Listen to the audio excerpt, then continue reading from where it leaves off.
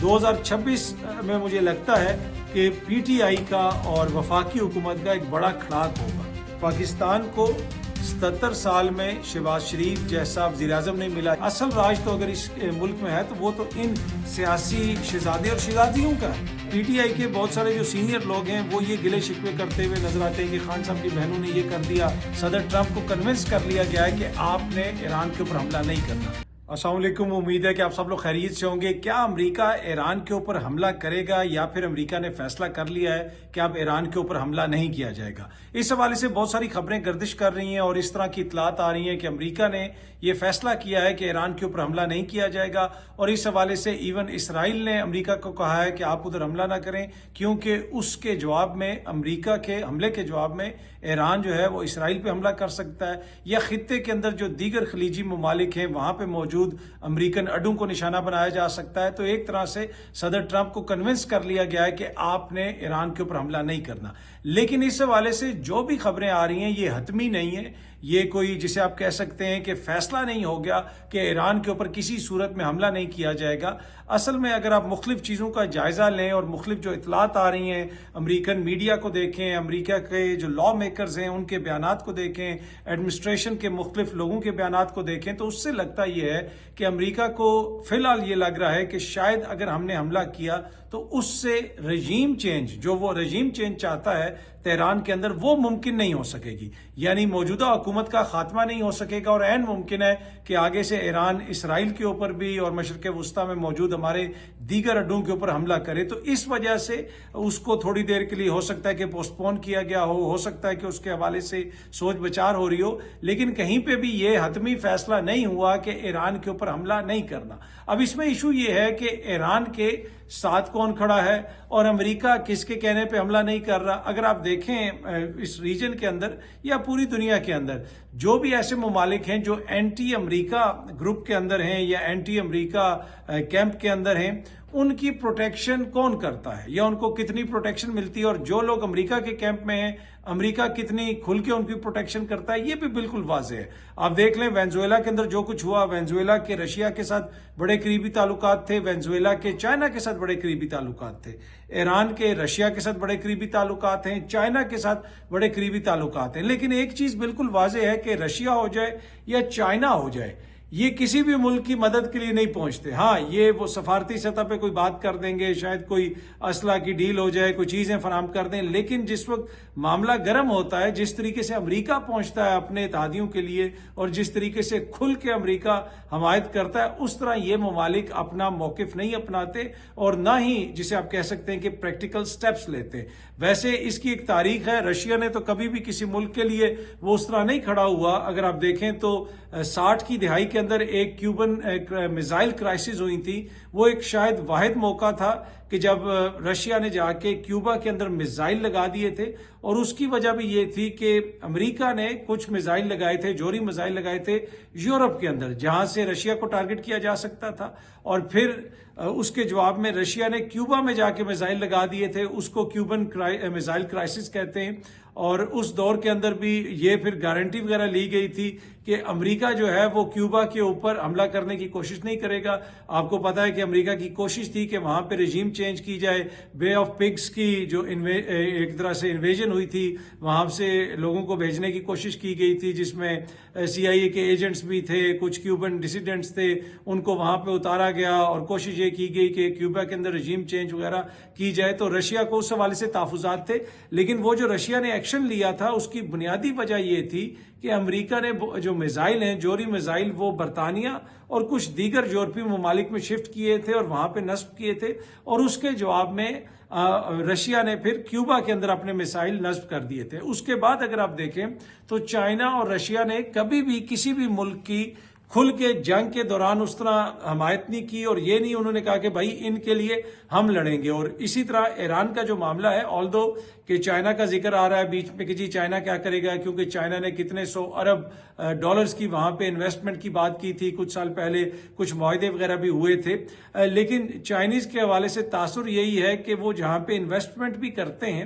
وہ بھی بہت ساری انویسٹمنٹ واپس نکال کے لے آتے ہیں، یعنی جہاں پہ جا کے وہ انویسٹ کرتے ہیں ساتھ وہ اپنی کمپنیاں بھی لے جاتے ہیں، وہی کمپنیاں ٹھیکے لیتی ہیں، تو بڑا کم پیسہ وہاں پہ لگتا ہے اور بہت سارے پروفٹس وہاں سے نکال کے واپس بھی وہ لے آتے ہیں۔ اور اس کے برعکس اگر آپ امریکہ کو دیکھیں تو وہ تو billions and billions of dollars کی کئی دہائیوں سے ایڈ دیتا آیا ہے۔ اب ٹرمپ نے چیزوں کو کچھ تبدیل کیا ہے، لیکن آپ کچھ عرصہ پیچھے تک چلے جائیں، آپ کسی بھی ملک کو اٹھا لیں، بہت سارے ایسے ممالک ہوں گے جہاں پہ امریکہ نے بلینز یعنی اربوں ڈالر جو ہے وہ ویسے ہی بانٹ دی ہیں۔ چائنا ایسے نہیں کرتا، رشیا بھی بالکل ویسے نہیں کرتا، اور رشیا تو ویسے بھی آپ کو پتا ہے ایک بڑا کلوز قسم کا ملک تھا، پہلے USSR تھا، کمیونسٹ ملک تھا، پھر اس کے بعد وہاں پہ جو تبدیلی آئی وہ بھی ہمارے سامنے ہے۔ لیکن اوبیسلی چائنا نے یقیناً ایکسپینڈ کیا ہے، دنیا کے مختلف خطوں کے اندر ان کا فٹ پرنٹ بھی ہے۔ لیکن اگر کوئی یہ سمجھ رہا ہے کہ امریکہ نے اس وجہ سے حملہ کرنے سے انکار کر دیا ہے یا حملہ نہ کرنے کا فیصلہ کیا ہے کہ اس کو یہ لگتا ہے کہ چائنا آگے کھڑا ہو جائے گا یا رشیا آگے کھڑا ہو جائے گا، ایسی کوئی بات نہیں۔ آلدو کہ یہ دونوں ملک ایران سے سستا تیل بھی لیتے ہیں، اسی طرح یہ دونوں ملک وینزویلا سے سستا تیل بھی لیتے تھے، مدورو ان کا ایلائی بھی تھا، لیکن انہوں نے اس کو بچانے کے لیے کیا کیا، کتنا سخت سٹانس لیا، وہ ہمارے سامنے ہے۔ تو کوئی بھی جسے آپ کہہ سکتے ہیں کہ جنگ والی بات ہو، اس میں نہ رشیا نے کودنا ہے اور نہ ہی چائنا نے کودنا ہے، اور شاید ایران کو بھی اس چیز کا ادراک ہے۔ ابھی جو صرف اور صرف حملہ نہیں کیا جا رہا، اس کی بنیادی وجہ یہ ہے کہ امریکہ کو یہ یقین نہیں ہے کہ اگر ہم نے حملہ کر دیا تو اس حملے کے نتیجے میں رجیم چینج ہوگی یا نہیں ہوگی۔ ویسے وہ جو شاہ کا بیٹا ہے وہ تو بالکل تیار ہے، الجزیرہ بھی رپورٹ کر رہا تھا، شاہ صاحب کے بیٹے نے جناب وہ رضا پہلوی صاحب نے باقاعدہ ایک ویڈیو بھی جاری کی اور اپنے ویڈیو پیغام میں کہا کہ جی میرے آ کے سب سے پہلے جو ہے اسرائیل کو تسلیم کروں گا۔ جی ہاں جی، آپ سمجھ رہے ہوں گے کہ میں مذاق کر رہا ہوں، مذاق والی ایسی کوئی بات نہیں ہے، یہ سامنے آپ دیکھ سکتے ہیں، الجزیرہ بھی اس کو رپورٹ کر رہا ہے۔ رضا پہلوی صاحب نے کہا ہے کہ جناب he would recognize Israel and end Iran's nuclear program if he ever returned to rule Iran۔ انہوں نے کہا کہ اگر وہ کبھی بھی اقتدار میں واپس آتے ہیں ایران کے اندر تو سب سے پہلا کام یہ کریں گے کہ اسرائیل کو تسلیم کریں گے اور اس کے ساتھ ساتھ ایران کا جو جوہری پروگرام ہے اس کو بھی ختم کر دیں گے۔ تو یہ بنیادی مقصد ان ساری چیزوں کا میں نے کل بھی آپ کو بتایا تھا، وہ اسرائیل کو سیکیور کرنا ہے، ایک ایسی حکومت کو لے کے آنا ہے جو اسرائیل کو تسلیم بھی کرے اور اس سے اسرائیل کو کسی قسم کا کوئی خطرہ نہ ہو۔ اب آپ اس سے اندازہ لگا لیں کہ ایران ہو جائے یا وینزویلا ہو جائے، وہاں کے جو ان کی نظر میں جو اپوزیشن ہے وہ سب سے پہلا کام ہی یہ کرتے ہیں، سب سے پہلی بات ہی یہ کرتے ہیں کہ بھائی ہم اسرائیل کو تسلیم کریں گے۔ پچھلے دنوں ہی بیان آیا وینزویلا کی جو اپوزیشن لیڈر ہیں جن کو نوبل پیس پرائز بھی ملا ہے، اب ان کی جو ٹرمپ سے ملاقات ہوئی ہے انہوں نے وہ نوبل پیس پرائز ٹرمپ کو پیش کیا ہے۔ اب پتہ نہیں ٹرمپ نے وہ ایکسیپٹ کیا یا نہیں کیا۔ انہوں نے بھی اپنے بیان میں یہ کہا تھا کہ سب سے پہلے جناب ہم وینزویلا کے دارالحکومت میں اسرائیل کی ایمبیسی کھولیں گے۔ تو یہ اصل سارا ہی گیم ہے اسرائیل کو محفوظ بنانے کے لیے۔ ابھی جو اس طرح کی خبریں آ رہی ہیں، بہت سارے لوگ یہ تجزیے تبصرے کر رہے ہیں کہ ایران کے اوپر حملہ نہیں ہوگا، امریکہ نے یہ فیصلہ کر لیا ہے، صدر ٹرمپ بھی یہ کہہ رہے ہیں کہ وہاں پہ لوگوں کو پھانسیاں نہیں دی جا رہی، وہاں پہ زیادہ سختی نہیں کی جا رہی، تو لہٰذا اب ہم کوئی کارروائی نہیں کریں گے۔ یہ کوئی حتمی فیصلہ نہیں ہے جی، کسی ٹائم بھی وہاں پہ کارروائی ہو سکتی ہے۔ یہ ڈیپینڈ کرتا ہے کہ امریکہ نے یہ کیلکولیشن کرنی ہے کہ اس کارروائی سے ان کے جو وہ نتائج حاصل کرنا چاہتا ہے کیا وہ اس کو ملیں گے۔ اگر اس کو اس چیز کا یقین آ گیا تو وہ کسی بھی ٹائم یہ کارروائی کر سکتا ہے۔ اگلی خبر بڑی امپورٹنٹ ہے جی، پاکستان کو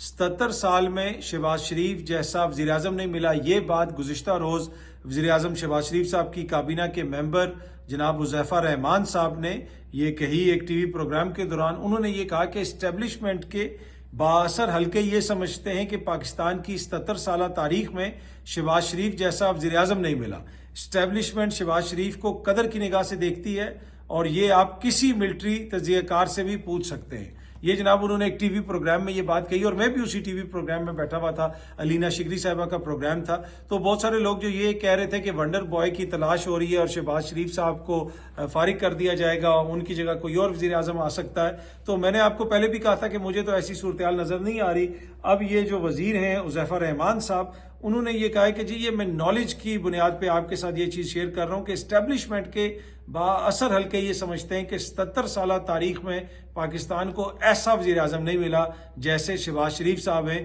تو 77 سالوں میں جو پہلی دفعہ ہمیں اتنے عظیم وزیر اعظم ملے ہیں، کیا ان کو ایسے تبدیل کر دیا جائے گا؟ مجھے نہیں لگتا۔ ہاں، یہ ضرور محسوس ہوتا ہے کہ کچھ کمیاں ہیں گورننس کے اندر، شاید اس کا دباؤ بھی ہے، اتحادیوں کے اوپر بھی دباؤ ہے۔ بلاول صاحب نے کل ایوان صدر میں آپ کو پتا ہے بریفنگ بھی دی تھی، اور اس میں انہوں نے بہت ساری چیزوں کا ذکر کیا، بنیادی طور پہ بتایا کہ کیسے سندھ نے آؤٹ پرفارم کر دیا پورے پاکستان کو، کتنے زبردست طریقے سے سندھ میں کام ہو رہا ہے۔ آپ کو پتا ہے کہ 28ویں آئینی ترمیم میں بات ہو رہی ہے NFC کی، بات ہو رہی ہے چھوٹے صوبوں کی، اس کا بڑا مسئلہ ہے سندھ کو، باقی اور تو کسی چیز سے مسئلہ نہیں ہے۔ NFC میں مسئلہ یہ بنتا ہے کہ پھر وہ کہتے ہیں بھائی پیسہ سارا وہاں پہ چلا جاتا ہے، وفاق کے پاس پیچھے کچھ بچتا نہیں ہے، اتنا پیسہ بھی نہیں بچتا کہ وہ بہت سارے جو معاملات ہیں ان کو صحیح طریقے سے چلا سکیں۔ تو NFC کے اوپر تو ضرور نظر ثانی ہونی چاہیے،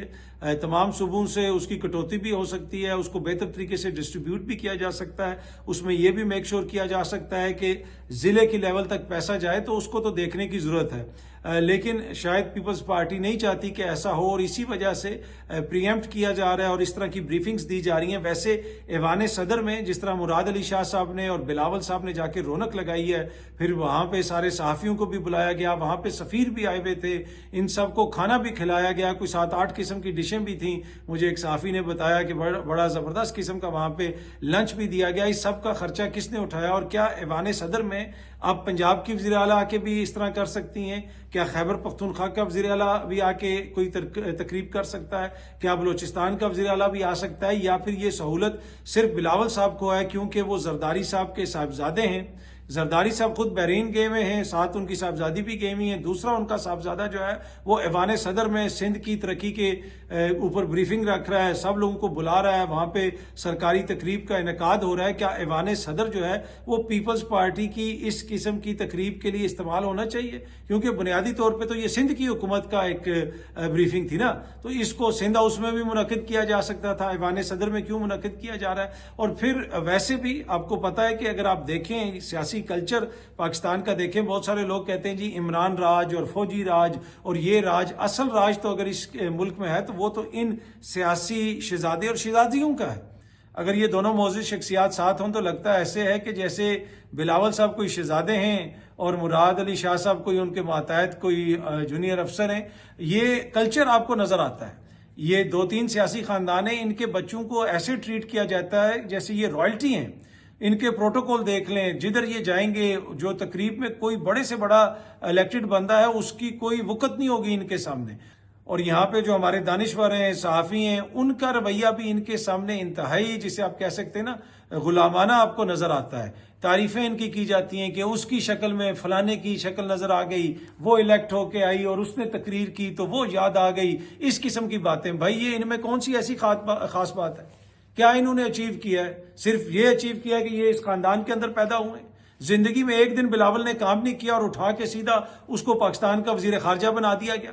زندگی میں ایک دن کام نہیں کیا اور اٹھا کے وزیر اعلیٰ بنا دیا گیا کسی کو۔ کیا باقی سارے جو پاکستانی ہیں ان کی ماؤں نے کوئی ایسا بچہ پیدا نہیں کیا جو ان کے مقابلے میں آ کے سیاست کر سکے؟ اچھی بات ہے، سب کو سیاست کرنی چاہیے، لیکن جو احساس کمتری میں مبتلا ہمارے دانشور صحافی ہیں، جن کو ساری جمہوریت صرف ان 2 خاندانوں 3 خاندانوں کے اندر نظر آتی ہے، کیا وہ یہ بتانا پسند کریں گے کہ جمہور اور جمہوریت کا کیا رشتہ ہوتا ہے؟ اب آپ دیکھ لیں کہ آصفہ بھٹو زرداری صاحبہ سندھ سے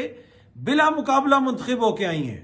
یعنی ان کے مقابلے میں کوئی MNA نہیں کھڑا ہوا۔ پورے سندھ کے اندر کسی ماں نے کوئی ایسی بچی پیدا نہیں کی، کوئی ایسا بچہ پیدا نہیں کیا جو آصفہ بھٹو کے مقابلے میں الیکشن لڑ سکے۔ سب کو بٹھوا دیا گیا۔ کیا سب اپنی خوشی سے بیٹھ گئے؟ کیا پورے سندھ میں کوئی بھی ایسا بندہ نہیں تھا جو ان کے مقابلے میں الیکشن لڑنے کا خواہش مند ہوتا؟ لیکن تعریفیں ہو رہی ہیں جی وہ پارلیمنٹ میں آئی ہیں تو انہوں نے تقریر کی ہے تو یہ ہو گیا وہ ہو گیا۔ بھائی سب قابل احترام ہے، بلاول صاحب ہو جائیں، مریم بی بی ہو جائیں، آصفہ صاحبہ ہو جائیں، کوئی اور ہو جائیں، لیکن جو پاکستان کے عوام ہیں ان کا بھی تو تھوڑا بہت احترام ہونا چاہیے۔ جن کے ووٹوں سے یہ آتے ہیں، کتنے ووٹ ان کو ملتے ہیں کتنے نہیں ملتے وہ آپ کے سامنے ہے۔ لیکن آپ دیکھیں یہ جو 1-2 خاندان ہیں، ان کے بچوں کے آپ پروٹوکول دیکھیں، اور اس کے علاوہ اگر ان کی جماعت میں کوئی وزیر اعظم بھی بن جائے تو اس کی بھی کوئی وقت نہیں ہے، لیکن ان کے بچے بھی جدھر جاتے ہیں ان کو ایسے پروٹوکول دیا جاتا ہے کہ جیسے یہ کوئی شاہی خاندان ہے اور یہ شاہی خزانے سے اس ملک کو چلایا جا رہا ہے اور یہ لوگ اپنے ذاتی خزانے سے پورا پاکستان چلا رہے ہیں۔ اینی وے بلاول صاحب نے جو بریفنگ دی ہے، لگتا یہ ہے کہ ان کے اوپر بھی تھوڑا سا دباؤ ہے کہ 28ویں ترمیم میں کوئی تبدیلیاں ہو سکتی ہیں، اور پھر اس کے بعد ایوان صدر میں نہ صرف یہ بریفنگ دی گئی، وہاں پہ یہ بھی خبر آئی کہ غیر ملکی کچھ جو سفیر حضرات تھے ان سے بھی ان کی کوئی ملاقات وغیرہ ہوئی ہے، اس طرح کی تصاویر بھی وہاں سے آتی رہیں۔ تو کیا ایوان صدر جو ہے اب وہ بلاول صاحب کی PR کے لیے استعمال ہوگا؟ کیا یہ تک بنتی ہے کہ صدر مملکت کا ایک جو بیٹا ہے اس سے آفیشل کیپیسٹی میں سفیر آ کے مل رہے ہوں ایوان صدر میں، اور ایوان صدر کو استعمال کیا جا رہا ہو، بتایا جا رہا ہو کہ سندھ میں یہ ہو رہا ہے وہ ہو رہا ہے، اور پھر وہاں پہ کھانے بھی کھلائے جا رہے ہوں، صحافیوں کو بھی بلایا جا رہا ہو، وہاں پہ سفیر بھی بیٹھے ہوئے ہیں؟ بھائی ایوان صدر تو وفاق کا ہے نا، اس میں تو پھر آپ دیگر صوبوں کو بھی یہ سہولت دیں، یا پھر اپنی کوئی ایسی تقریب کرنی ہے تو کسی اور جگہ پہ منعقد کر لیں۔ اچھا جی، اختیار ولی صاحب نے کہا ہے کہ PTI کے MNAs اور MPAs کو عمران خان کو رہا کرنے کے لیے ووٹ دیا گیا تھا،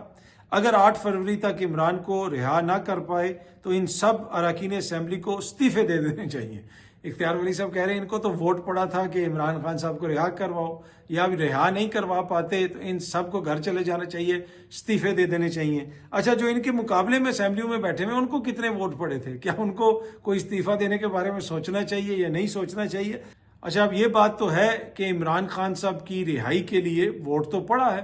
اور کارکن کا پریشر بھی ہے۔ اچھا، PTI کے بہت سارے جو سینئر لوگ ہیں وہ یہ گلے شکوے کرتے ہوئے نظر آتے ہیں کہ خان صاحب کی بہنوں نے یہ کر دیا، خان صاحب کی بہنوں نے وہ کر دیا، ہم یہ کرنا چاہتے ہیں، ہم وہ کرنا چاہتے ہیں۔ بھائی مسئلہ یہ ہے کہ اس وقت اگر عمران خان صاحب کے جو ان کو جس طریقے سے جیل میں رکھا گیا ہے، جس طریقے سے ان کی ملاقاتیں نہیں کروائی جا رہی، اگر اس سارے معاملے کو کسی نے الائیو رکھا ہوا ہے، احتجاج کو کسی نے الائیو رکھا ہوا ہے، تو وہ تو عمران خان صاحب کی بہنیں ہیں، یا پھر ابھی جو نوجوان قیادت سامنے آئی ہے، چاہے وہ سہیل آفریدی ہو جائے، شاہد خٹک ہو جائے، مینا خان ہو جائے، شفیع جان ہو جائے، دیگر بھی بہت سارے لوگ ہیں، انہوں نے آ کے اس میں تھوڑی سی جان ڈالی ہے۔ باقی بہت سارے سینئر تو کبھی اڈیالہ میں بھی آپ کو نظر نہیں آتے، نہ اڈیالہ کے باہر نظر آتے ہیں، ان کے MNA MPA بہت سارے ایسے لوگ ہیں جو آپ کو وہاں پہ نظر ہی نہیں آتے، اور وہ ہر جگہ پہ بیٹھ کے کہتے ہیں جی عمران خان کی بہنیں یہ کر دیا، عمران خان کی بہنوں نے وہ کر دیا۔ اب ان کو خود بھی دیکھنا چاہیے کہ آپ حکومت کے لوگوں کے ساتھ بیٹھ کے عمران خان کی بہنوں کی برائیاں کرتے رہتے ہیں ہر وقت۔ یہ سینئر ان کے میں لیڈران کی آپ کو بات بتا رہا ہوں، وہ مناسب نہیں ہے وہ اس وقت میرے خیال میں۔ ہاں، ہو سکتا ہے کہ ان کی بہنوں سے آپ کو کسی چیز کے اوپر اختلاف ہو، لیکن یہ تو آپ کو ماننا پڑے گا کہ آپ لوگ اس قسم کا پبلک سپورٹ جنریٹ کرنے میں ناکام رہے۔ جس طرح اس مسئلے کو خان صاحب کی بہنوں نے ہائی لائٹ کیا ہے، وہاں پہ جا کے اڈیالہ کے باہر جا کے وہ ہر تاریخ پہ بھی آتی ہیں، وہ ہر ملاقات والے دن بھی آتی ہیں، وہ وہاں پہ دھرنا بھی دیتی ہیں، وہ وہاں پہ بیٹھتی بھی ہیں، ان کے علاوہ کون سا ایسا پاکستان تحریک انصاف کا رہنما ہے جو مسلسل وہاں پہ آتا رہا اور اس قسم کا وہاں پہ کوئی کمپین وغیرہ چلاتا رہا؟ تو آپ کو ان سے گلا شکوہ ہو سکتا ہے، کسی چیز کے اوپر آپ کو اختلاف ہو سکتا ہے، لیکن حکومت والوں کے ساتھ بیٹھ کے ہر وقت یہ کہنا کہ بھائی وہ خان صاحب کی بہنیں ہمیں کچھ نہیں کرنے دیتی، بھائی کس نے آپ کو روکا ہوا ہے؟ آپ کریں جو آپ کرنا چاہتے ہیں۔ خان صاحب کی بہنوں کے پاس کون سا عہدہ ہے جماعت کے اندر جو وہ آپ کو روک سکتی ہیں؟ نہ وہ پولیٹیکل اس میں ہیں، کمیٹی میں ہیں، نہ وہ کور کمیٹی میں ہیں، آپ ہی تو بیٹھ کے فیصلے کرتے ہیں، تو آپ کریں۔ تو آپ حکومت کے سامنے بیٹھ کے ہر وقت خان صاحب کی بہنوں کی برائیاں کرنے کے بجائے آپ جو حکومت آپ کے ساتھ کر رہی ہے، حکومت جو آپ کے لیڈر کے ساتھ کر رہی ہے، اس کے اوپر اگر کانسنٹریٹ کریں تو وہ شاید زیادہ بہتر ہو۔ میں سب لوگوں کی بات نہیں کر رہا، لیکن جو کچھ لوگ ہیں وہ ہیں، اور شاید وہ بھی یہ سمجھتے ہیں کہ اس سے عمران خان صاحب کو نقصان ہو رہا ہے، اس وجہ سے وہ اس طرح کا موقف اپناتے ہیں۔ لیکن حقیقت یہ ہے کہ اس وقت اگر عام پاکستانی ہو جائے یا تحریک انصاف کا ورکر ہو جائے، اس کی سمپتھیز کسی کے ساتھ ہیں تو وہ خان صاحب کی بہنوں کے ساتھ ہیں، اور یہ جو انہوں نے پبلک سپورٹ حاصل کی ہے یہ کوئی مفت میں ان کو نہیں مل گئی، اس کی ایک وجہ ہے، ان کی ایک سٹرگل ہے، جس طریقے سے وہ ہر جگہ پہ موجود ہوتی ہیں، جس طریقے سے انہوں نے اپنے بھائی کا ساتھ دیا، اور جس طریقے سے عمران خان صاحب کا وہ مقدمہ لڑ رہی ہیں، اس وجہ سے عوام ان کے پیچھے آپ کو نظر آتی ہے، ان کے ساتھ کھڑی ہوئی آپ کو نظر آتی ہے۔ باقی 8 فروری کی پوری تیاری ہے جی پاکستان تحریک انصاف کی۔ کیا 8 فروری والے دن بہت بڑا کوئی احتجاج ہوگا؟ فی الحال تو یہ کہنا ممکن نہیں ہے، لیکن یقیناً ایک سٹریٹ موومنٹ بنانے کی کوشش کی جا رہی ہے، پہیہ جام کی